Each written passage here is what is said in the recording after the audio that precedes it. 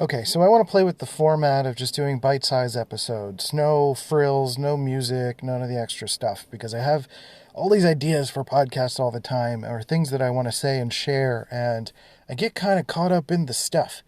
And the stuff meaning like all these little details of making it look production pretty, like playing the make pretty game, when really it's the idea that I want to get across. So I just want to try this out and see how it goes. Let me know how you feel about it. So I want to talk quickly about why is it that we all have ADHD all of a sudden?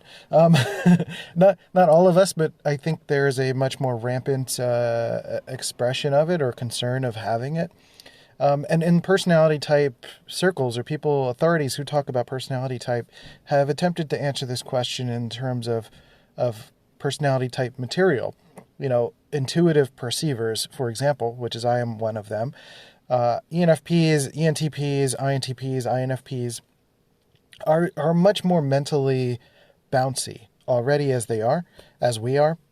And because there's an increased awareness and perception of these different types of people that exist in the world, and a greater ability to compare ourselves to others via social media, and the fact that we're able to see all sorts of different livelihoods and ways of being right now, and have a greater sense of comparison, that it's much easier to look at ourselves compared to someone else and say oh, they've got their stuff together, and what am I? And then, you kind of fit into this bucket of ADHD. Part of it, I think, is also this mental health diagnoses fixation right now. Not that there's anything wrong with it, but as a lot of people are moving into Graves 5 in terms of spiral dynamics, which is more about materialism, it's more about looking at the world in material means, science, what's provable, evidence-based, what can I see, experience, etc. There's a reliance on proven psychological ideas, which kind of fit into mental health diagnoses, and trying to diagnose our identity relative to what we've already experienced. So, experiencing myself as have a cyclothymia or bipolar disorder or whatever. And I'm not saying that to discredit those things, but I think it's easy to lump all of our being into those things first if that's the avenue that we go towards in terms of discovering our own individual identity. So why is there this greater sense of ADHD? I think I want to propose a third possibility. Also, first of all, with the personality type stuff, Personality Hacker has a great episode that they talk about ADHD and refer to some of the studies that have been done with correlating personality and ADHD. But I think there's a bigger challenge right now. Like this morning, I was literally thinking about how I just don't want to look at my phone so much anymore. And Spotify is selling what's called the car thingy, and it's something I can put in the car and connect it to my phone, and I don't need to have the phone out.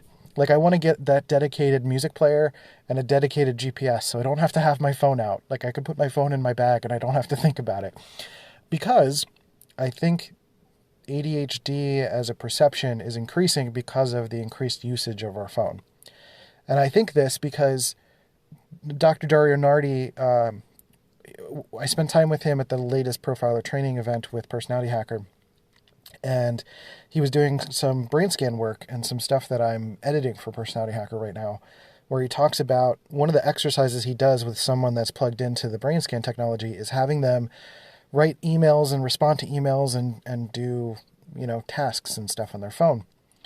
And he's basically pointed out through this brain scan stuff that the brain scan is showing the phone activating more of an analytic left brain usage of our minds. And I suspect it's very possible that we are burning out our executive functioning much faster than we normally would, because we already have a bit of a busyness fixation, at least here in America. I mentioned a 1993 study in a previous podcast where leisure had been changing from something where someone else led the leisure activity into something where people are choosing. They're choosing the time to go. They're choosing to do a self-guided tour. Doing more, executive choice based stuff, more analytic, left brain kind of usage of leisure. And I think the phone, even though it's perceived as leisurely and you're scrolling social media and passively entertaining yourself, there's still a lot of left brain usage with what's going on, at least according to these brain scans. So I think that's a possible reason why there's this emergent of this idea of feeling like someone has ADHD. And so all I'm presenting here in this podcast is maybe experiment with distancing yourself from your phone a little bit. If there are ways to do dedicated things separately, do that. Like, I find it fascinating that I used to personally not really watch TV much. But now I carry a TV with me all the time. And it's funny because I imagine a big old tube TV that I used to have, and just like I'm carrying it on my shoulders everywhere that I go. It is a little ridiculous when you think about it. So, I'm thinking about getting like the dedicated player for my car, and then getting like a separate GPS device, because I don't need to have my phone all the time. And I'm wearing PJs to my studio right now, and I don't have pockets in them. So I'm just throwing everything in my bag, and I'm recording on my phone right now. But phones have a utility, right? And I basically just wanted to highlight that ADHD is essentially some challenges with executive functioning. And it may not necessarily be that some people who identify with having ADHD do have ADHD, and may or may not even be that ADHD is a thing. I don't really know. I'm not saying it is or isn't, but that it's very possible that we're conflating a diagnosis with ADHD with an overusage of our executive functioning and left brain stuff. So for me, I'm trying to make that shift to see how that affects my energy, affects my focus, and really noticing how my brain feels when I'm scrolling too much, and if I'm feeling good or feeling bad, or getting kind of like addiction feelings, or any kind of tension, if there's an increased tension in my body because of the usage of scrolling and stuff like that. So that's it. That's all I really wanted to talk about. Thank you for listening to Dopamine. Happychemicals.org is where we have courses and all the other stuff. Like, subscribe, all that fun stuff, and I'll catch you on the next episode. See ya.